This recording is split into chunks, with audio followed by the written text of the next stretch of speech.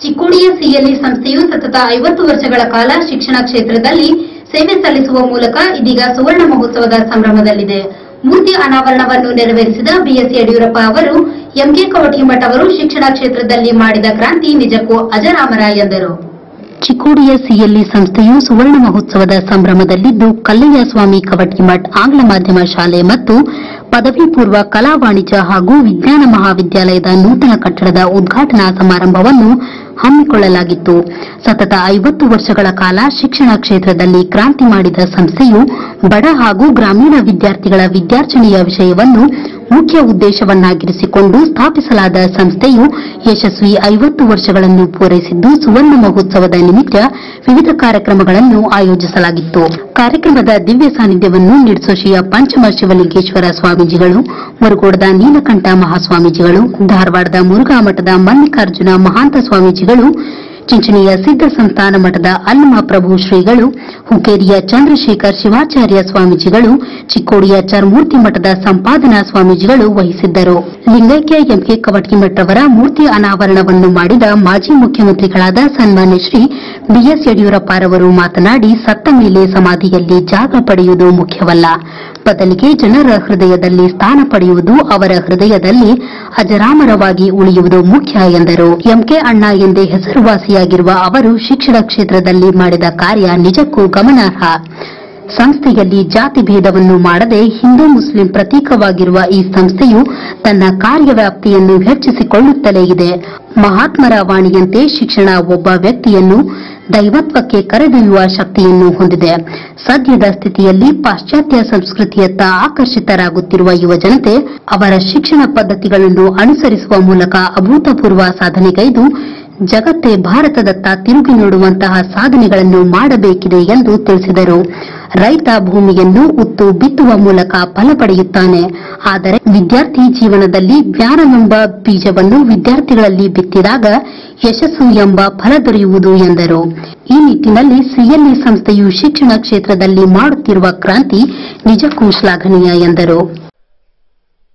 ಸತ್ತ ನಂತರ ಸಮಾಧಿ ಮಾಡಲು ಜಾಗ ಹುಡುವುದಕ್ಕಿಂತ ಜೀವಿತವಾಗಿ ಇದ್ದಾಗಲೇ ಜನರ ಹೃದಯದಲ್ಲಿ ಜಾಗವನ್ನು ಪಡೆಯಬೇಕೆಂದು ಹೇಳಿರುವುದನ್ನು ನೆನೆಯುತ್ತಾ ಎಂಕೆ ಅವರು ಜನಮಾನದ ಹೃದಯದಲ್ಲಿ ಸದಾ ಸ್ಮರಣೀಯರಾಗಿದ್ದಾರೆ ಎಂಬುದನ್ನು ಬರೆದಿರುವಂಥದ್ದನ್ನು ತಾವೆಲ್ಲ ಓದಿದ್ದೀರಾ, ಕೇಳಿದ್ದೀರಾ ಅಂತ ನಾನು ಭಾವಿಸಿದ್ದೇನೆ. ಅಂತ ಮಹನೀಯರು, ಶಿಕ್ಷಣ ಮತ್ತು ಸಹಕಾರಿ ರೂವಾರಿ ಮಲ್ಲಯ್ಯ ಸ್ವಾಮಿ ಅಥವಾ ಜನರ ಬಾಯಲ್ಲಿ ಎಂಕೆ ಅಣ್ಣ ಎಂದೇ ಖ್ಯಾತರಾಗಿದ್ದ ಲಿಂಗೈಕ್ಯ ಎಂಕೆ ಕವಟಗಿಮಠ್ ತಮ್ಮ ಜೀವನವನ್ನು ಸಮಾಜಕ್ಕಾಗಿ ಮುಡುಪಾಗಿಟ್ಟಿದ್ರು.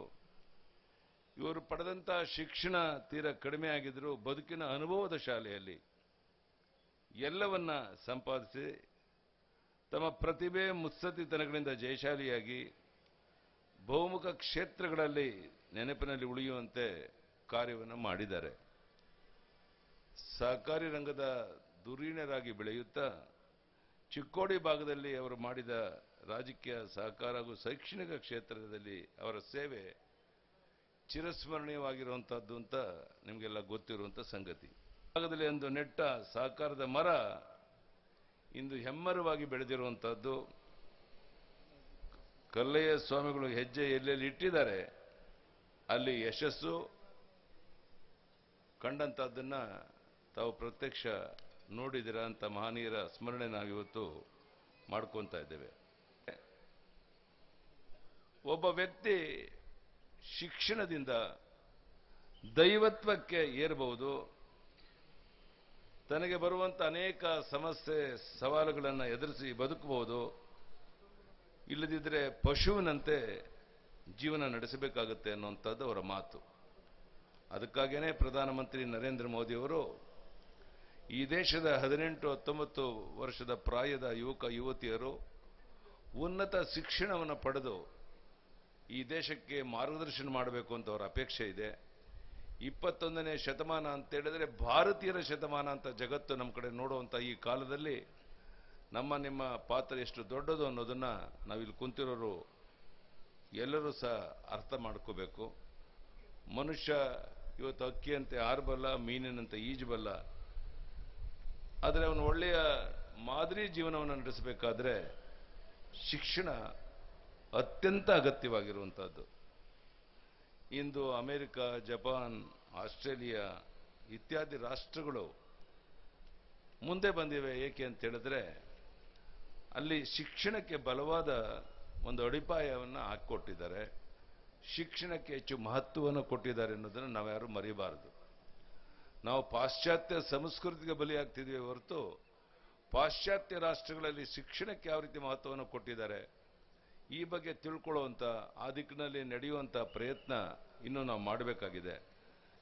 ಒಬ್ಬ ರೈತ ತನ್ನ ಹೊಲಗದ್ದೆಗಳಿಗೆ ನೀರನ್ನು ಹರಿಸಿ ಹೇಗೆ ಒಳ್ಳೆಯ ಬೆಳೆಯನ್ನು ಬೆಳೆಯುತ್ತಾನೋ ಅದೇ ರೀತಿಯಲ್ಲಿ ಮನುಷ್ಯನಿಗೆ ಶಿಕ್ಷಣ ಸಿಕ್ಕರೆ ಅವನನ್ನು ತನ್ನ ಜೀವನದಲ್ಲಿ ಯಶಸ್ಸನ್ನು ಪಡೆಯಬಹುದು, ಎಲ್ಲ ಕ್ಷೇತ್ರದಲ್ಲಿ ತನ್ನನ್ನು ತಾನ ಕಾಲ ಮೇಲೆ ನಿಲ್ಬೋದು ಅನ್ನುವಂಥದ್ದು ನಿಮಗೆಲ್ಲ ಗೊತ್ತಿರುವಂಥ ಸಂಗತಿ.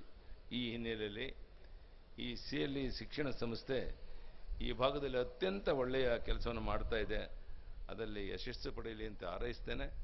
ನಂತರ ವಿಧಾನ ಪರಿಷತ್ ಸದಸ್ಯರಾದ ಮಹಾಂತೇಶ್ ಕವಟಗಿಮಠ್ ಮಾತನಾಡಿ, ಬಡ ಹಾಗೂ ಗ್ರಾಮೀಣ ಮಕ್ಕಳ ವಿದ್ಯಾಭ್ಯಾಸವನ್ನು ಮುಖ್ಯ ಉದ್ದೇಶವನ್ನಾಗಿರಿಸಿಕೊಂಡು ಸ್ಥಾಪಿಸಲಾದ ಈ ಸಂಸ್ಥೆ ಇಂದು ಹೆಮ್ಮರವಾಗಿ ಬೆಳೆದಿದೆ ಎಂದು ಹೇಳುವುದರ ಮೂಲಕ ಹರ್ಷೋದ್ಗಾರ ವ್ಯಕ್ತಪಡಿಸಿದರು. ನಿರ್ದೇಶಕರು ಹಿರಿಯರಾಗಿರ್ತಕ್ಕಂಥ ಸನ್ಮಾನ್ಯ DT ಪಾಟೀಲ್ ಅವರಿಗೂ ಸಹಿತ ಮತ್ತೊಮ್ಮೆ ಸ್ವಾಗತವನ್ನು ಕೋರ್ತಾ ಈ ಒಂದು ಸುವರ್ಣ ಮಹೋತ್ಸವ ಕಾರ್ಯಕ್ರಮ ಉತ್ತರ ಕರ್ನಾಟಕ ಭಾಗದಲ್ಲಿ CLE ಸಂಸ್ಥೆಯನ್ನ ಹುಟ್ಟು ಹಾಕುವುದರ ಮುಖಾಂತರ 60ರ ದಶಕದಲ್ಲಿ ಲಿಂಗೈಕ್ಯ MK ಕವಟಗಿಮಠ ಅವರು SL ಪಾಟೀಲ್ರು ಏನು ಕನಸನ್ನು ಕಂಡಿದ್ರು ಆ ಕನಸನ್ನು ನನಸು ಮಾಡಿಸುವಲ್ಲಿ ಸಹೋದರರಾಗಿರ್ತಕ್ಕಂಥ ಜಗದೀಶ್ ಕವಟಗಿಮಠ ಅವರು ಮತ್ತು ಶ್ರೀಕಾಂತ್ ಚೆನ್ನವರವರ ನೇತೃತ್ವದ ಆಡಳಿತ ಮಂಡಳಿ ಅತ್ಯಂತ ಯಶಸ್ವಿಯಾಗಿ 6,80,00,000 ರೂಪಾಯಿಗಳ ವೆಚ್ಚದಲ್ಲಿ ಈ ನೂತನ ಕಟ್ಟಡವನ್ನ ಇವತ್ತು ಸನ್ಮಾನ್ಯ ಯಡಿಯೂರಪ್ಪನವರು ಲೋಕಾರ್ಪಣೆಗೊಳಿಸಿದ್ದಾರೆ. ಮಂಗಳೂರು ಮಹಾನಗರದಲ್ಲಿ ಸಿಗ್ತಕ್ಕಂಥ ಶಿಕ್ಷಣ ಗಡಿ ಭಾಗದಲ್ಲಿ ಇರತಕ್ಕಂಥ ಬಡ ವಿದ್ಯಾರ್ಥಿಗಳಿಗೂ ಸಿಗಬೇಕು ಅಂತಕ್ಕಂಥ ರೀತಿಯಲ್ಲಿ ಸುಸಜ್ಜಿತವಾಗಿರ್ತಕ್ಕಂಥ ಕಟ್ಟಡ ಮತ್ತು ಶಿಕ್ಷಕ ವರ್ಗವನ್ನ ಇವತ್ತು ಲೋಕಾರ್ಪಣೆಗೊಳಿಸಿದ್ದಾರೆ. ತಮ್ಮೆಲ್ಲರ ಜೋರಾದ ಚಪ್ಪಾಳೆಗಳ ಮುಖಾಂತರ ಆಡಳಿತ ಮಂಡಳಿಗೆ ಧನ್ಯವಾದಗಳನ್ನ ಅಭಿನಂದನೆಗಳನ್ನ ಹೇಳ್ತಾ ನಾನು ಒಬ್ಬ ಹಳೆಯ ವಿದ್ಯಾರ್ಥಿಯಾಗಿ ಸ್ವಾಗತ ಸಮಿತಿಯ ಅಧ್ಯಕ್ಷನಾಗಿ ಮತ್ತೊಮ್ಮೆ ಆಗಮಿಸಿದಂಥ ಎಲ್ಲ ಹಿರಿಯರಲ್ಲಿಯೂ ತಾಯಂದಿರಲ್ಲಿಯೂ ಈ ಕಾರ್ಯಕ್ರಮವನ್ನು ಸಾಕ್ಷೀಕರಣಗೊಳಿಸಲಿಕ್ಕೆ ಬಂದಿರತಕ್ಕಂಥ ಎಲ್ಲ ಮಾಧ್ಯಮದ ಸ್ನೇಹಿತರಲ್ಲಿಯೂ ಬೆಳಗಾವಿ ಜಿಲ್ಲೆಯ ಮತ್ತು ಸಮಸ್ತ ಚಿಕ್ಕೋಡಿ ಜಿಲ್ಲೆಯ ಬಿಜೆಪಿ ಎಲ್ಲ ಕಾರ್ಯಕರ್ತರನ್ನ ಸಹಿತ ಸಹಕಾರಿ ಬಂಧುಗಳನ್ನ ತಮ್ಮೆಲ್ಲ ಕವಟಗಿಮಠ ಕುಟುಂಬದ ವರ್ಗದವರನ್ನ MK ಕವಟಗಿಮಠ ಅವರ ಅಭಿಮಾನಿಗಳನ್ನ ತುಂಬ ಹೃದಯದ ಸ್ವಾಗತವನ್ನು ಕೋರ್ತಾ ಈ ಸಂದರ್ಭದಲ್ಲಿ ರಮೇಶ್ ಚಿಗಜಿಣಗಿ, ಡಾಕ್ಟರ್ ಪ್ರಭಾಕರ್ ಕೋರೆ, ಸುರೇಶ್ ಅಂಗಡಿ, ಉಮೇಶ್ ಕತ್ತಿ, ಲಕ್ಷ್ಮಣ್ ಸೌದಿ, ರಾಜು ಕಾಗೆ, ಶಶಿಕಲಾ ಜೊಳ್ಳೆ, ದುರ್ಯೋಧನ್ ಐಹೊಳ್ಳೆ ಸೇರಿದಂತೆ ನೂರಾರು ಗಣ್ಯರ ಉಪಸ್ಥಿತಿಯಲ್ಲಿ ಜರುಗಿದ ಸುವರ್ಣ ಮಹೋತ್ಸವ ನಿಜಕ್ಕೂ ಸಂಭ್ರಮದ ಮಹೋತ್ಸವವಾಗಿಯೇ ಮಾರ್ಪಟ್ಟಿತು.